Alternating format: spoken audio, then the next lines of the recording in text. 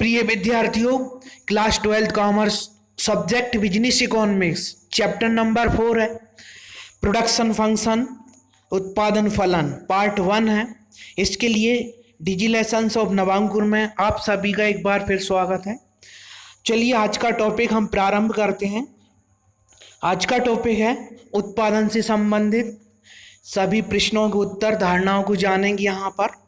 तो उत्पादन का अर्थ क्या होता है, विशेषताएं क्या होती हैं, विधियां क्या होती हैं और इससे संबंधित अन्य प्रश्नों के उत्तर को हमें तैयार करना है। ठीक है, अब देखिए स्क्रीन पर आपको जो कुछ शब्द दिखाई दे रहे हैं ये विशेष शब्द हैं। इनके माध्यम से ही हम जो है एक उचित उत्तर जो है तैयार कर सकते हैं। ठीक है, तो आप देखते हैं सामान्य भाषा में वैज्ञानिक तथ्य, मनुष्य, वस्तु, स्वरूप, है ना, मूल रूप, उपयोगिता आदि, इन शब्दों को हम व्यवस्थित रूप से क्रम में व्यवस्थित करके एक उचित उत्तर तैयार करने जा रहे हैं। ठीक है, अब देखिए मैं आपको वैसे सामान्य भाषा में बोल दूं, आप सभी जानते हैं अच्छी तरह से कि इस पृथ्वी पर वस्तुएं पहले से हैं, ना तो उनको नष्ट किया जा सकता है ना, ना उनका निर्माण किया जा सकता है। उनमें केवल विभिन्न प्रकार की विधियों के माध्यम से क्या किया जा सकता है, परिवर्तन किया जा सकता है। और परिवर्तन करके क्या होगा, उनका उपयोगिता वृद्धि हो जाएगी जो हमारे लिए उपयोगी रहेंगी, है ना। ठीक है, तो देखिए अब इसी प्रकार से ये कहने का मतलब जो है कि मनुष्य जो उत्पादन करता है वह केवल एक वस्तु की उपयोगिता निर्माण या उपयोगिता सृजन की जो है प्रक्रिया है, उस प्रक्रिया को ही हम जो है उपयोगिता कहते हैं, है ना। आप जानते हैं अच्छी तरह से बहुत सारी वस्तुएं होती हैं, कुछ मूल रूप में उपयोग की जाती हैं और कुछ में है ना उपयोगिता के अधिक गुणों को विकसित करके, अधिक गुणों का विकास करके उनको उपयोगी बनाया जाता है।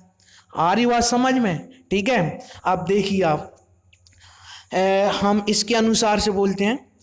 साधारण बोलचाल की भाषा में उत्पादन से आशय किसी वस्तु के निर्माण से लगाया जाता है। आप सभी जानते हैं कुछ वस्तुएं अगर बनाई जा रही हैं तो आपको लगता है कि वो उनके उत्पादन हो रहा है ना, लेकिन वैज्ञानिक रूप से और हम प्राकृतिक रूप से सब जानते हैं कि वस्तुएं तो पहले से हैं पृथ्वी पर, है ना।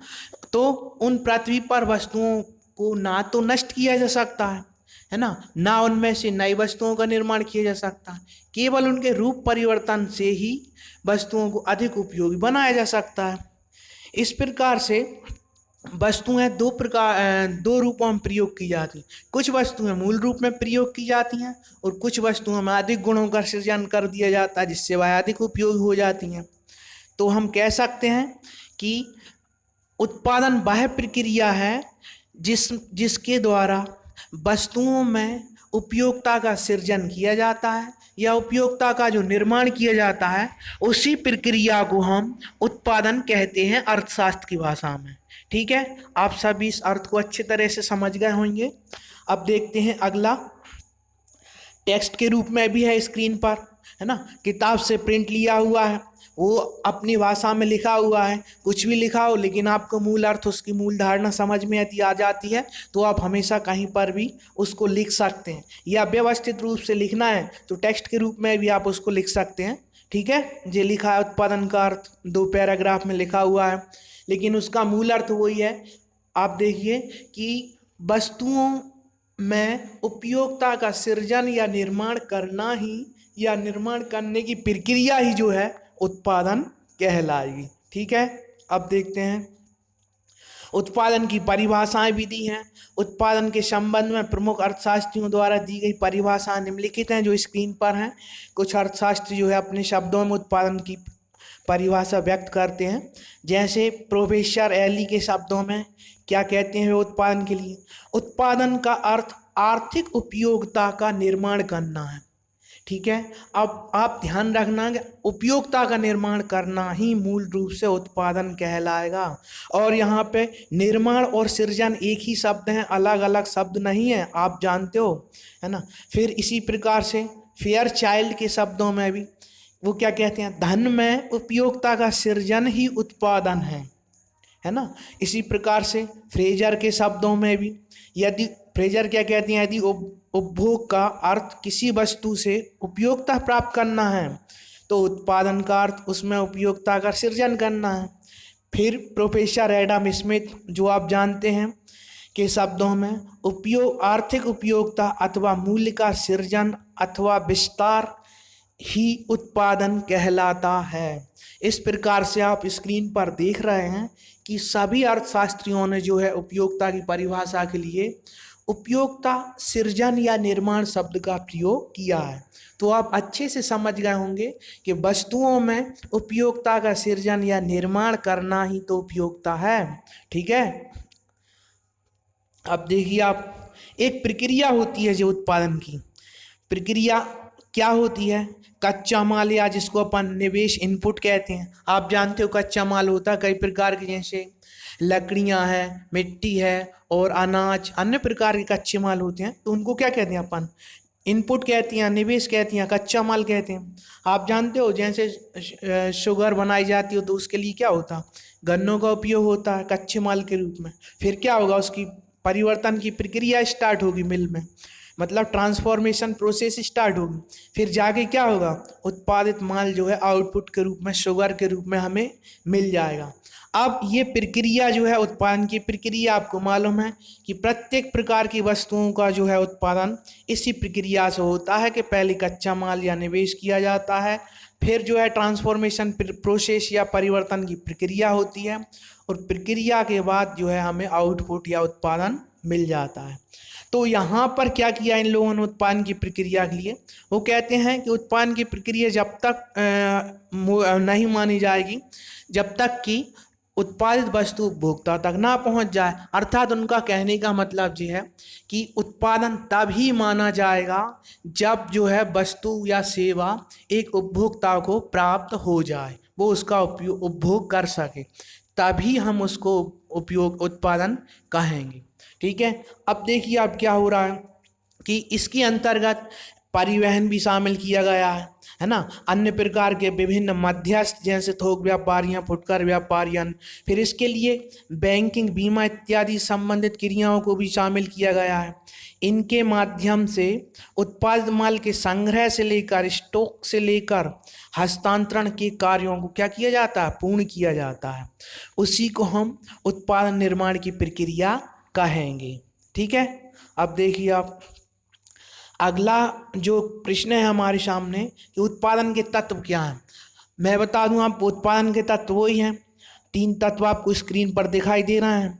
क्या है? वस्तु, उपयोगिता, निर्माण या वृद्धि या सृजन भी बोल सकते हैं इसको। तो उपयोगिता का पहला तत्व है कि किसी वस्तु या सेवा की उपयोगिता का निर्माण करना या उसमें वृद्धि करना या उसमें सृजन करना पहला तत्व माना गया है। फिर इसके साथ ही दूसरा तत्व क्या लिखा होगा? विनिमय योग, अर्थात जो उत्पादन होता है वह कैसा होना चाहिए? विनिमय योग्य होना चाहिए। विनिमय का मतलब जो है कि उत्पादन के बाद उस वस्तु का क्रय विक्रय मूल्य होना चाहिए, अर्थात उसका मूल्य के सृजन भी होना आवश्यक है। बिना मूल्य के लिए उत्पादन कौन करेगा, बताइए आप। ठीक है ना, तो उत्पादन के दूसरे तत्व में हमने विनिमय मूल्य को भी शामिल किया है। फिर इसके बाद तीसरा तत्व जो लिखा है वो क्या लिखा है? मानव प्रयास। मानव प्रयास अर्थात ये बहुत महत्वपूर्ण तत्व है। इससे पूरा स्पष्ट हो जाएगा कि प्राकृतिक और मानव जो है किस प्रकार से अलग अलग होते हैं उत्पादन के संबंध में। देखिए, तो उत्पादन के लिए तीसरा तत्व क्या है? मानव प्रयास, अर्थात जो उत्पादन किया जा रहा है वो किसके प्रयासों से होना चाहिए? मानव के प्रयासों से होना चाहिए, व्यक्तियों के प्रयासों से होना चाहिए, तभी तो उसको उत्पादन कहेंगे और उसका विनिमय मूल्य होगा। नहीं तो हमें तो है ना प्रकृति से बहुत सारी वस्तुएं या बहुत सारी अन्य प्रकार की सुविधाएं प्राप्त हो रही हैं, उनको थोड़ी ना हम उत्पादन कहेंगे आर्थिक दृष्टि से। क्यों? क्योंकि आप देखते हैं धूप मिलती है हमें, पानी मिलता है हमें, है ना, अन्य प्रकार के लिए भूमि मिलती है। तो इस प्रकार से प्रकृति के द्वारा भी किया जा रहा है, लेकिन यहाँ पे तत्व कौन सा महत्वपूर्ण है जो उत्पादन के लिए शामिल किया गया है? मानव प्रयास, अर्थात उत्पादन मानव के प्रयासों से ही किया जाना चाहिए। ये 3 तत्व यदि किसी वस्तु के साथ लगते हैं, किसी वस्तु के साथ जुड़े हुए हैं, तभी उस वस्तु का हम निर्माण कह सकते हैं, अन्यथा उसका निर्माण मानव द्वारा नहीं किया होगा। ठीक है, अब देखिए उत्पादन के वही जो है तत्व जो हैं स्क्रीन पर लिखे हुए हैं टेस्ट के रूप में, और उसको अपनी भाषा में आप लिख सकते हैं, समझ सकते हैं। ज़रूरी नहीं है कि आप ऐसी कैसा रटें उसको, ठीक है। मूल जो शब्द हैं उनके वही उसके उत्तर में शामिल किए जाएंगे। फिर लिखा है उत्पादन के लक्षण। उत्पादन के लक्षण भी लगभग उससे संबंधित ही हैं, मिलते जुलते हैं। उत्पादन के लक्षण क्या है? उत्पादन के संबंध में अपने विचार प्रस्तुत करते हुए, आपको मालूम विचार प्रस्तुत करते हुए प्रोफेसर जे.आर. हिक्स ने कहा था, जे.आर. हिक्स ने क्या कहा था? वह प्रत्येक गतिविधि या क्रिया, चाहे वह शारीरिक हो या मानसिक, यदि विनिमय के माध्यम से अन्य लोगों की आवश्यकता को संतुष्ट करती है तो उसे उत्पादन में शामिल किया जाएगा। ये प्रोफेसर हिक्स ने कहा है। फिर उन्होंने इसी आधार पर उत्पादन के जो है लक्षण प्रस्तुत किए हैं। तो उनके देखिए कौन कौन से लक्षण प्रस्तुत किए उत्पादन के लिए उन्होंने। उत्पादन में शारीरिक एवं मानसिक दोनों ही क्रियाओं का समावेश किया जाता है। सही है, आप जानते हो कि मजदूरी उसमें लगते हैं, कुछ व्यक्ति मजदूरी करते हैं तो वो भी उत्पादन के घटक माने जाएंगे। शारीरिक रूप से श्रम करते हैं या मानसिक रूप से, उनका समावेश किया जाएगा, अर्थात दोनों प्रकार के श्रम को इसमें शामिल किया जाता है। नंबर 2, ये क्रियाएं या गतिविधियां अन्य लोगों की क्या करें, आवश्यकता को संतुष्ट करती हों। अरे जब आवश्यकता की संतुष्टि नहीं करती हैं वस्तुएं तो वो क्या उपयोगी होंगी, इसलिए आवश्यकताओं को संतुष्टि भी करती हों उत्पादन क्रियाएं। ये उसका दूसरा लक्षण है। तीसरा लक्षण क्या है? इनका विनिमय होता है। विनिमय मतलब क्या होता है? क्रय विक्रय होता है। इस प्रकार कहा जा सकता है कि उत्पादन एक वस्तु का परिवर्तन अन्य उपयोगी वस्तु में करने की प्रक्रिया है। ये उत्पादन के लक्षण जो है प्रोफेसर जे.आर. हिक्स के अनुसार हैं। ये भी बहुत महत्वपूर्ण प्रश्न माना जाता है, तो इसको आप व्यवस्थित रूप से तैयार कर सकते हैं, ठीक है। अब देखिए आप क्या है उत्पादन की विधियां। अब उत्पादन की विधियां हैं कि उत्पादन कैसे किया जाता है, उत्पादन का अर्थ आप समझ गए, उत्पादन के तत्व जो है वो समझ गए, उत्पादन के लक्षण इसके अनुसार समझ गए। अब उत्पादन कौन कौन सी प्रक्रियाओं से किया जाता है, कौन कौन सी विधियों या रीतियों से किया जाता है, हम देखते हैं किस प्रकार होता है उत्पादन। स्क्रीन पर आपको जो 5 विधियां दी गई हैं उनको हम थोड़े से विस्तार से चर्चा करने वाले हैं। देखिए, नंबर 1, रूप परिवर्तन। आप अच्छी तरह से जानते हैं, पहले से हम कह चुके हैं कि उत्पादन जो है रूप रंग आकार परिवर्तन के द्वारा भी होता है। अर्थात कहने का मतलब यह है, उदाहरण के लिए यदि लकड़ियां हैं तो लकड़ियों के लिए जो है एक मिस्त्री या जो है बनाने वाला, उसको टेबल मेबल कुछ भी बनाने वाला व्यक्ति क्या करता उनके लिए कि लकड़ी के मूल रूप में क्या करता, परिवर्तन कर देता आकार में, रंग में, है ना, उसको डेंटिंग पेंटिंग जैसे भी, तो परिवर्तन करना ही उत्पादन की एक रीति है या विधि है। और मिट्टी का भी आप उदाहरण ले सकते हैं, जैसे मिट्टी के विभिन्न वस्तुएं बनाने वाला व्यक्ति भी क्या करता है, मिट्टी का रूप परिवर्तन या निर्माण करता है ना। और हम दूसरा उदाहरण यदि देखें तो बहुत अच्छा उदाहरण ये भी रूप परिवर्तन, जैसे कपास होता है। कपास क्या होता है, और कपास जो है फसल के रूप में होता है ना, लेकिन उस कपास में ऐसे प्रक्रिया के द्वारा धागे बनाए जाते हैं। धागे के बाद क्या होता है, कपड़े तैयार कर दिए जाते हैं, है ना। तो ये क्या होता है, रूप परिवर्तन तो है। तो इस प्रकार से रूप रंग आकार परिवर्तन के द्वारा भी उत्पादन किया जाता है, जिसे उत्पादन की विधि कहा जाता है। बहुत सारे उदाहरण।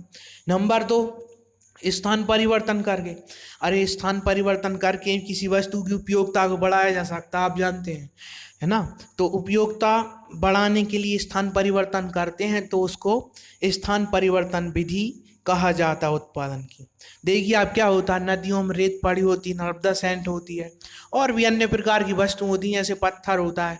तो ये कहाँ होता है, नदियों में होता है या फिर पहाड़ों पर होता है पत्थर। तो वहाँ से क्या किया जाता है, उसका स्थान परिवर्तन कर दिया जाता है। नदी को या नर्मदा सैंड को कहाँ लाया जाएगा, नदी से शहर में लाया जाएगा। जब उसका स्थान परिवर्तन हो जाता है तो क्या होता है, उसमें उत्पादन हो जाता है रेत का, है ना, और उपयोगिता का सृजन हो जाता है, और विनिमय मूल्य भी होता है, मानव के द्वारा भी होता है। तो यह है स्थान परिवर्तन के द्वारा उत्पादन की विधि कहलाती है। फिर समय परिवर्तन द्वारा उत्पादन की विधि। समय परिवर्तन आप जानते हैं, कुछ विधियां ऐसी कुछ वस्तुएं ऐसी होती हैं कि जिन वस्तुओं को जितना पुराना है, जितना संचय करके अधिक समय के लिए रखा जाएगा, वे उतनी ही उपयोगी होती हैं। इसलिए कुछ व्यक्ति क्या करते हैं कि वस्तुओं में उपयोगिता बढ़ाने के लिए संचय करके रखते हैं, जिससे समय के साथ साथ उनकी उपयोगिता लगातार बढ़ती जाती है, तो उसको समय परिवर्तन द्वारा उपयोगिता कहते हैं। फिर लिखा है अधिकार परिवर्तन द्वारा। अधिकार परिवर्तन द्वारा उपयोगिता होती है, जैसे किताबों की उपयोगिता आप जानते हैं, पुस्तकों की उपयोगिता, कि ये एक विक्रेता के लिए तो उपयोगी नहीं है, केवल उसके लिए तो एक व्यापार है ना, लाभ कमाने के उद्देश्य से किया जा रहा है। लेकिन ज्ञान का उत्पादन कहाँ से होगा? उपयोगी किसके लिए रहेंगे? बच्चों के लिए रहेंगे, है ना, पढ़ने वालों के लिए रहेंगे। तो अधिकार परिवर्तन यदि हो जाता है तो उसको भी उपयोगिता के अंतर्गत माना जाता है इस विधि में। फिर पांचवी विधि है सेवा उपयोगिता। सेवा भी तो उपयोगिता है ना। सेवा उपयोगिता भी एक उत्पादन की विधि मानी गई है। जैसे आप देखते हैं कि डॉक्टर्स हैं, वकील हैं, है ना, इंजीनियर हैं, इस प्रकार के सीए हैं, और ये लोग क्या करते हैं, अपने ज्ञान के द्वारा अपने ज्ञान को उत्पादन करते रहते हैं, जिसको उपयोगिता के अंतर्गत माना गया है। ठीक है, तो उत्पादन की विधियां या रीतियां ये 5 हैं। आप अच्छे से समझ गए होंगे, इसको बार बार सुनेंगे वीडियो को, लेक्चर्स को अगर एक बार अच्छे से समझ जाते हैं तो व्यावहारिक रूप में फिर आपको रटने की जरूरत नहीं पड़ेगी। ठीक है, अब देखते हैं, इसमें टेक्स्ट भी प्रस्तुत किया है हमने। उत्पादन की विधियां या भेद या रीतियां एक ही मतलब है, वही के वही प्रकार हैं जिसको अपन ने अपनी भाषा में समझने का प्रयास किया था। रूप परिवर्तन इसमें लिखा है, स्थान परिवर्तन, और फिर इसके बाद लिखा है समय परिवर्तन, अधिकार परिवर्तन, सेवा परिवर्तन, ये लिखा हुआ है, लेकिन हमने अपनी भाषा में समझने का प्रयास किया है। इसको आप बार बार समझेंगे, सुनेंगे, तो आप उत्पादन फलन वाला ये टॉपिक अच्छे से समझ पाएंगे, है ना। ठीक है, धन्यवाद।